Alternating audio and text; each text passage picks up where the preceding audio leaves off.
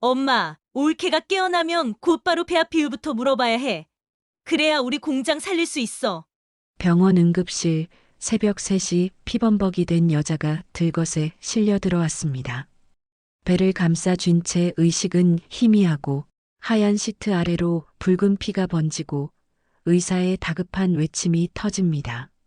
새쌍둥이 산모입니다. 산모와 태아 모두 위험합니다. 수술실 문이 닫히고 복도에는 빨간 불이 켜졌습니다. 그 대사를 복도 모퉁이에 서 있던 한 남자가 다 듣고 충격에 말을 잃었습니다. 아내는 생사의 갈림길에 서 있는데 그 가족은 김치 이야기를 하고 있었던 것입니다. 그리고 이 비극은 아내가 쓰러지기 단 하루 전 모두가 박수를 보내던 서울시 김치명인이라는 이름 아래에서 아무도 모르게 시작되고 있었습니다. 1년 전 늦가을이었어요. 서울시청 대강당 제15회 서울시 김치명인 선정식 단상 위에 최영심 씨가 서 있었어요. 65의 그녀는 떨리는 손으로 상패를 받아들었습니다. 카메라 플래시가 터졌어요. 지역 방송국 기자가 마이크를 들이댔습니다. 명인님, 비법이 뭔가요? 특별한 게 아닙니다. 그냥 정성이에요. 인터뷰가 방송을 탔어요. 동네에는 플래카드가 걸렸습니다. 우리 동네의 자랑, 최영신 명인. 그날 밤 아무도 없는 부엌에 서윤아 씨가 혼자 김치독 앞에 앉아 있었습니다. 35살의 며느리 그녀는 가방에서 작은 갈색 병을 꺼냈어요. 뚜껑을 열자 은은한 발효향이 퍼졌습니다. 철석 김치독 속으로 투명한 액체가 떨어졌어요. 윤아 씨는 작게 한숨을 쉬었습니다. 10년째 결혼 첫 해부터 이 액체를 김치독에 넣어왔던 것입니다. 그녀의 아버지는 한식 명장이었어요. 돌아가시기 전 딸에게 특수 발효액 제조법을 물려주셨습니다. 윤아 씨는 그 기술로 전통 발효 연구소를 비밀리에 운영하고 있었어요. 하지만 아무도 몰랐습니다. 시어머니 명인 선정 이후 집안은 완전히 달라졌어요. 시어머니의 김치가 날개 돋친 듯 팔려나갔습니다. 한 달에 1,000만 원. 하지만 그 바쁨은 고스란히 며느리 몫이었습니다. 유나야, 배추 씻어. 유나야, 김치도 옮겨. 유나 씨는 묵묵히 고개를 숙였어요. 그녀는 새쌍둥이를 임신한 지 5달째였습니다. 배가 불러 허리가 아팠어요. 하지만 아무도 배려하지 않았습니다. 임신했다고 누워만 있을 거야? 시어머니의 차가운 목소리가 부엌에 울렸어요. 유나 씨는 찬물에 손을 담갔습니다. 배추를 씻고 김치독을 나르고 양념을 버무렸어요. 밤이 되면 온몸이 쑤셨습니다. 새 아기가 들어있는 배를 쓰다듬으며 그녀는 작게 중얼거렸어요. 조금만 참자. 조금만. 하지만 그녀는 아직 몰랐습니다. 자신의 10년 비밀이 곧 들통날 거라는 걸, 그리고 그날이 오면 모든 게 돌이킬 수 없이 변할 거라는 것을요. 석 달 전 시누이 박지혜 씨는 결심했어요. 마흔의 이혼녀. 두 아이를 데리고 친정에 들어온 지 2년째였습니다. 밤마다 아이들을 재우며 그녀는 생각했어요. 이대로는 안 돼. 내가 돈을 벌어야 해. 다음 날 지혜 씨는 어머니를 찾아갔습니다. 엄마, 나 김치 공장 하나 차리려고. 엄마 이름으로요. 엄마 비법대로만 하면 대박이에요. 은행 대출 3억 원으로 지혜 씨는 공장을 차렸습니다. 그런데 어느 날 새벽이었어요. 지혜 씨가 화장실을 가려다 마당 쪽 불빛을 발견했습니다. 김치독 앞에 유나가 앉아 있었어요. 지혜 씨는 조용히 뒷문으로 나가 담벼락 뒤에 몸을 숨겼습니다. 유나는 가방에서 작은 병을 꺼냈어요.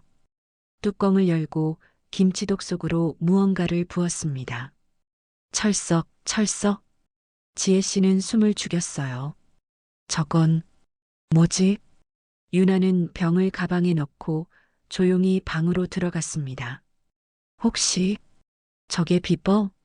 석 달이 지났어요. 공장 개업 석 달 만에 전화가 왔습니다. 사장님, 큰일 났어요. 주문 취소가 쏟아지고 있어요. 지혜 씨는 황급히 공장으로 달려갔어요. 고객항의 전화가 빗발쳤습니다. 맛이 명인 최영심 씨 김치랑 완전히 다른데요? 환불해 주세요. 지혜 씨는 어머니가 담근 김치와 공장 김치를 비교했어요. 같은 레시피, 같은 재료하지만 맛이 달랐습니다. 왜? 분명 똑같이 했는데. 그때 새벽 장면이 떠올랐습니다. 김치독 앞에 유나, 작은 병과 부어지는 액체. 그래, 혹시 그것 때문에? 지혜 씨는 동생 준혁에게 전화를 걸었어요. 준혁아, 내 와이프가 새벽마다 김치독에 뭔가 넣고 있어. 분명히 봤어. 작은 병으로 뭔가 넣는 것을 봤어. 에이 설마. 우리 공장 김치랑 집 김치 맛이 완전히 다르거든. 혹시 그 여자가 뭔가 하고 있는 거 아냐? 전화기 너머로 준혁의 숨소리가 들렸습니다. 확인이라도 해보자. 지혜 씨는 전화를 끊고 김치독을 바라봤어요. 그녀의 눈빛이 차갑게 식어갔습니다. 반드시 알아낼 거야. 다음 날 지혜 씨는 작은 녹음기를 샀습니다. 모두가 잠든 새벽 김치독 옆 벽에 녹음기를 숨겼어요. 작은 테이프로 고정했습니다. 일주일이 지났어요. 지혜 씨는 녹음기를 회수했습니다. 손이 떨렸어요. 방문을 잠그고 이어폰을 꽂았습니다. 재생 버튼을 눌렀어요. 처음 이틀은 아무 소리도 없었습니다. 그런데 사흘째 새벽 3시, 기익, 김치독 뚜껑 여는 소리였습니다. 딸깍, 병뚜껑 여는 소리, 철썩, 철썩, 철썩. 액체가 부어지는 소리가 선명하게 들렸어요. 그리고 여자의 작은 한숨. 후. 지혜 씨는 이어폰을 빼고 한참을 멍하니 앉아 있었습니다. 역시 유나였어 하지만 의문이 남았어요. 도대체 그 액체는 뭘까? 어디서 가져오는 걸까? 며칠 후 지혜 씨는 유나를 미행했습니다. 버스와 지하철을 타고 1시간을 달려 도착한 곳은 낡은 상가 건물이었어요. 유나는 지하로 내려갔습니다. 지혜 씨는 조금 떨어져서 따라 내려갔어요. 어두운 복도, 형광등이 깜빡거렸습니다. 복도 끝 문에 작은 간판이 붙어 있었습니다. 전통 발효 연구소. 유나가 문을 열고 들어갔어요. 지혜 씨는 문 앞에 섰습니다. 유리문 너머로 희미하게 실험실 같은 공간이 보였어요. 지혜 씨는 문 손잡이를 잡았습니다. 천천히 돌렸어요. 삐익, 삐익. 보안 알람이 울렸습니다. 복도에 경보음이 울려 퍼졌어요. 문이 열리며 유나가 나왔습니다. 유나의 눈빛이 차가웠습니다. 형님. 지혜 씨는 한 발 뒤로 물러섰습니다. 여긴 허가받지 않으면 못 들어와요. 유나는 대답 없이 문을 닫았습니다. 지혜 씨는 황급히 복도를 빠져나갔습니다. 계단을 올라가며 뒤를 돌아봤어요. 유나가 문 앞에 서서 자신을 바라보고 있었습니다. 지하철 안에서 지혜 씨는 핸드폰을 꺼냈어요. 동생에게 메시지를 보냈습니다. 준혁아, 증거 잡았어. 녹음 파일 있어. 그리고 내 와이프, 뭔가 수상한 연구소 운영하고 있어. 답장이 왔습니다. 일요일에 가족회의 하자. 엄마도 불러. 지혜 씨는 창밖을 바라봤어요. 그녀의 입가에 차가운 미소가 번졌습니다. 이제 끝이야, 서윤아. 일요일 오후 시댁 거실. 최영심 씨, 준혁, 지혜 씨가 앉아 있었습니다. 유나 씨도 불려 나왔어요. 새쌍둥이를 품은 배를 감싸며 조심스럽게 앉았습니다. 지혜 씨가 탁자 위에 녹음기를 올려놓았어요. 이거 들어보세요. 재생 버튼을 눌렀습니다. 김치독 뚜껑 여는 소리, 병뚜껑 소리, 철썩, 철썩, 철썩 액체가 부어지는 소리. 유나의 작은 한숨. 최영심 씨의 얼굴이 굳어졌습니다. 유나야, 내가 내 김치에 뭘 넣은 거야? 해로운 건 아니에요. 그냥, 그냥이 어디 있어. 10년 동안 몰래 넣었으면서 내 김치에 이상한 약품 넣은 거 아냐? 지혜 씨가 끼어들었어요. 우리 공장 김치가 맛없는 것도 그것 때문이잖아. 이 여자가 우리 공장 망쳤어. 우리 애들 학원비는 어떻게 하라고. 질투해서 그런 거지. 어머니가 명인 되신 게 배 아파서. 준혁도 아내를 바라봤습니다. 당신, 설마 이상한 거 넣은 거 아니지? 유나 씨는 떨리는 목소리로 말했어요. 아니에요. 제발 좀 들어보세요. 최영심 씨가 손을 내저었습니다. 듣기 싫어. 변명 말고 벌부터 받아. 이번 김장 500포기 내가 혼자 다 해. 어머니, 저 새쌍둥이 임신 5달이에요. 지혜 씨가 벌떡 일어났습니다. 임신? 그게 지금 중요해? 녹음기를 탁자에 내려쳤어요. 내가 3억 날린 게 내 짓이라는 증거 여기 다 있어. 안 하면 내일 아침 경찰서 간다. 식품에 미확인 물질 투입, 사업방해죄. 차갑게 유나를 노려봤어요. 감옥에서 애들 낳고 싶으면 거부해봐. 침묵이 흘렀습니다. 임신이 벼슬이야? 수상한 짓 한 손으로 혼자서 다 해. 준혁도 고개를 돌리고 외면했습니다. 유나 씨는 떨리는 손으로 배를 감싸며 작게 고개를 끄덕였어요. 눈가에 눈물이 맺혔습니다. 알겠습니다. 내일 새벽부터 시작해. 배추 500포기 다 준비해놨으니까. 유나 씨는 일어섰어요. 새쌍둥이를 품은 배가 무거워 비틀거렸습니다. 아무도 부축하지 않았어요. 그녀는 홀로 방으로 돌아갔습니다. 문을 닫는 순간 작은 흐느낌이 새어나왔어요. 거실에는 차가운 침묵만 남았습니다. 다음 날 새벽 4시, 마당에는 배추 500포기가 산처럼 쌓여 있었습니다. 유나 씨는 홀로 그 앞에 섰어요. 찬 새벽 공기가 뺨을 스쳤습니다. 커다란 대야에 찬물을 받았어요. 손을 담그는 순간 온몸에 소름이 돋았습니다. 새 아가들아, 엄마 힘내야지. 배추를 씻기 시작했어요. 새쌍둥이를 품은 배가 앞으로 당겼습니다. 허리가 끊어질 것 같았어요. 한 포기, 두 포기. 손이 얼어붙었습니다. 손가락이 퉁퉁 부어올랐어요. 오전 11시. 겨우 100포기를 완료했어요. 손은 감각이 없었습니다. 배에서 묵직한 통증이 밀려왔어요. 뒷문이 열렸습니다. 지혜 씨가 나왔어요. 이 속도면 3일 걸리겠네? 일부러 그러는 거지?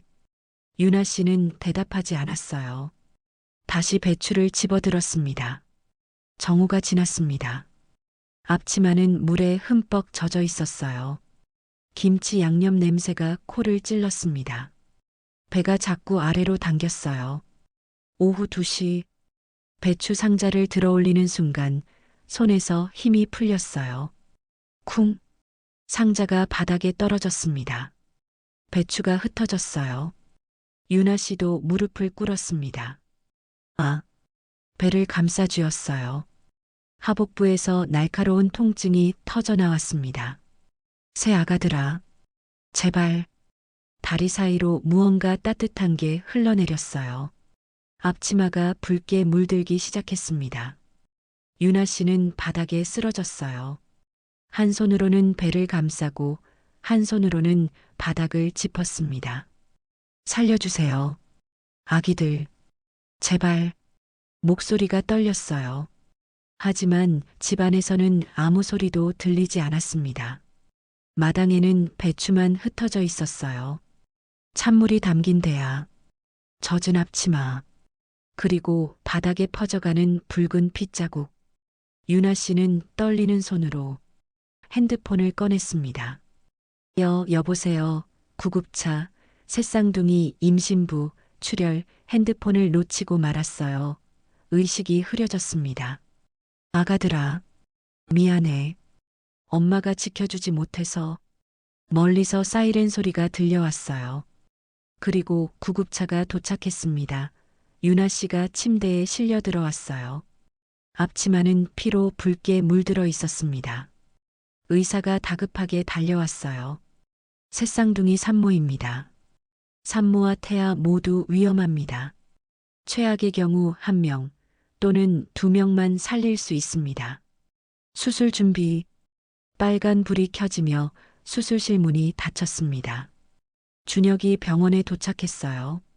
숨을 헐떡이며 복도를 달려왔습니다. 제 아내가 새쌍둥이 임신부. 지금 응급수술 중이십니다. 준혁은 수술실 문 앞에 주저앉았습니다. 얼마 후 복도에 발소리가 들렸습니다. 최영심 씨와 지혜 씨였어요. 둘은 수술실 밖에 섰습니다. 김치 냄새가 희미하게 풍겼어요.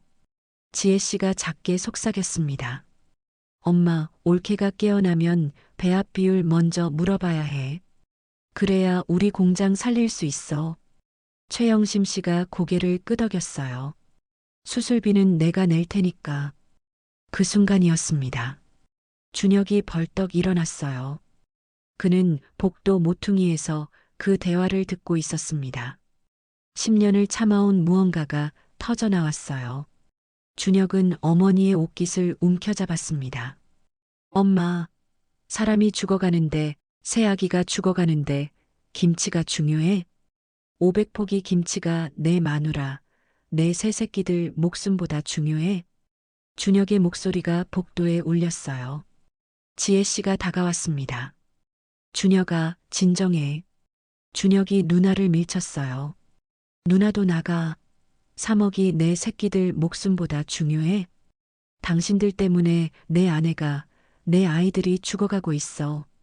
다 나가. 최영심 씨와 지혜 씨는 할 말을 잃고 복도를 빠져나갔습니다. 준혁은 다시 수술실 문 앞에 주저앉았어요. 두 손으로 얼굴을 감쌌습니다. 미안해. 유나야. 미안해. 어깨가 떨렸습니다. 3시간이 지났어요. 수술실 문이 열렸습니다. 의사가 나왔어요. 제 아내는, 아기들은. 의사가 마스크를 벗으며 말했습니다. 간신히 3명 다 살렸습니다. 준혁의 무릎에서 힘이 풀렸어요. 하지만 절대 안정이 필요합니다. 다시 이런 일 있으면 정말 위험합니다. 감사합니다. 정말 감사합니다. 복도에 아침 햇살이 들어왔습니다. 사흘이 지났습니다. 병실 창으로 햇살이 들어왔어요. 유나 씨는 침대에 누워 있었습니다. 준혁은 아내 곁을 지켰습니다. 사흘 밤낮을 한 번도 떠나지 않았어요. 그는 유나의 손을 잡았습니다. 손가락은 여전히 퉁퉁 부어 있었어요. 찬물에 얼어붙었던 손, 김치를 담그느라 상처투성이가 된 손. 미안해. 10년 동안 몰라봐서. 유나 씨는 천천히 눈을 떴습니다.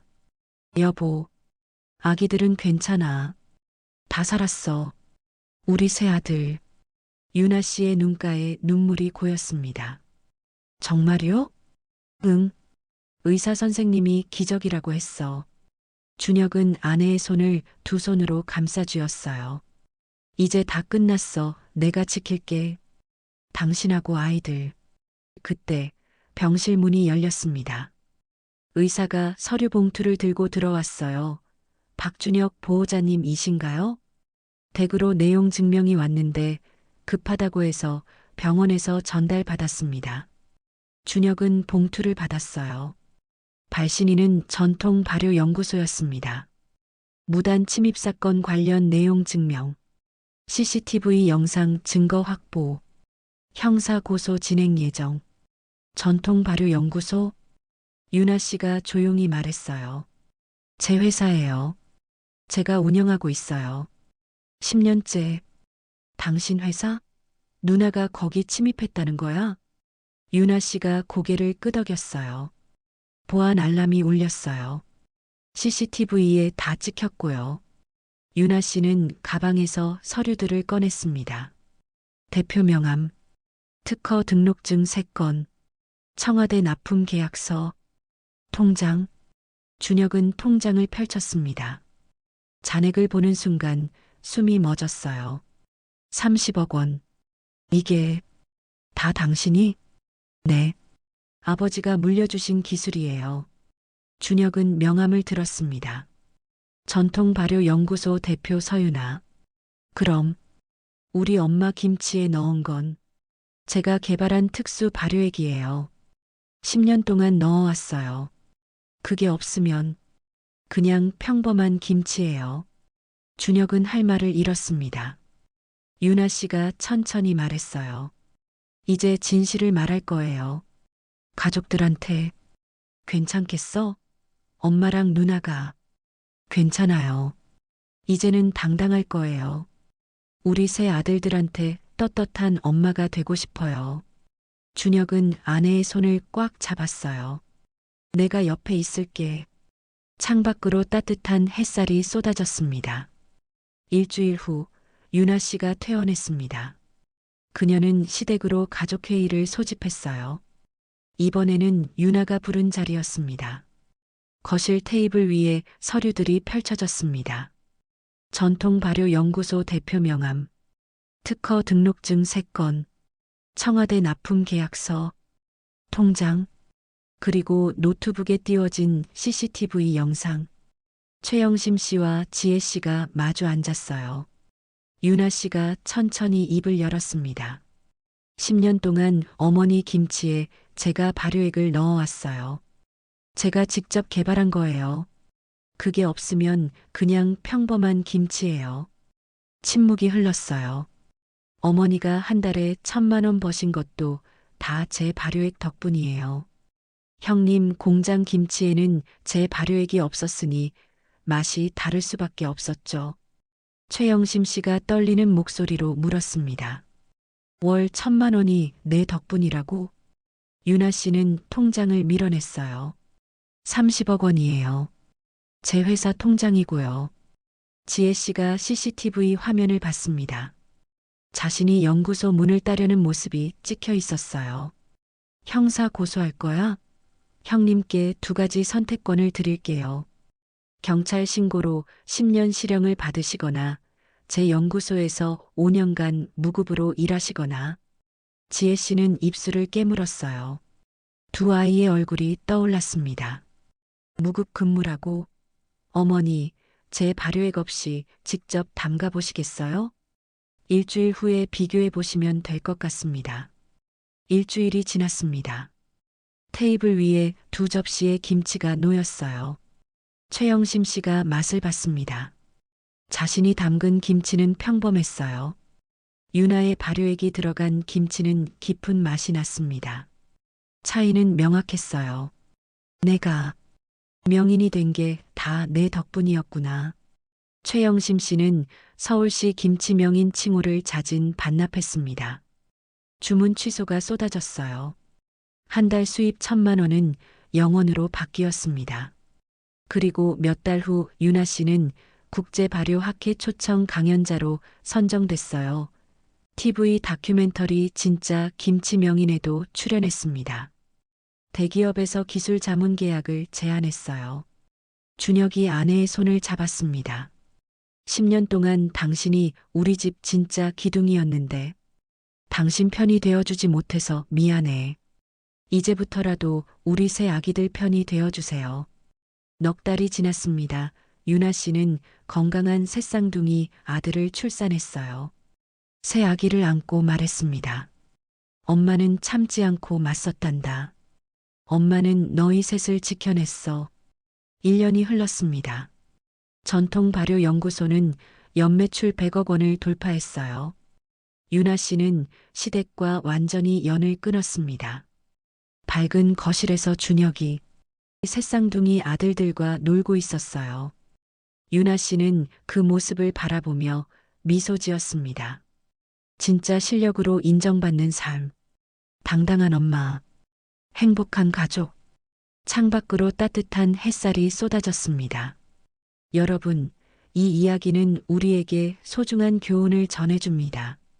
참는 것이 미덕이라고 배웠지만 때로는 당당하게 맞서는 용기가 더 중요합니다. 진짜 실력은 언젠가 빛을 발하고 가짜 명성은 결국 무너지게 되어 있습니다.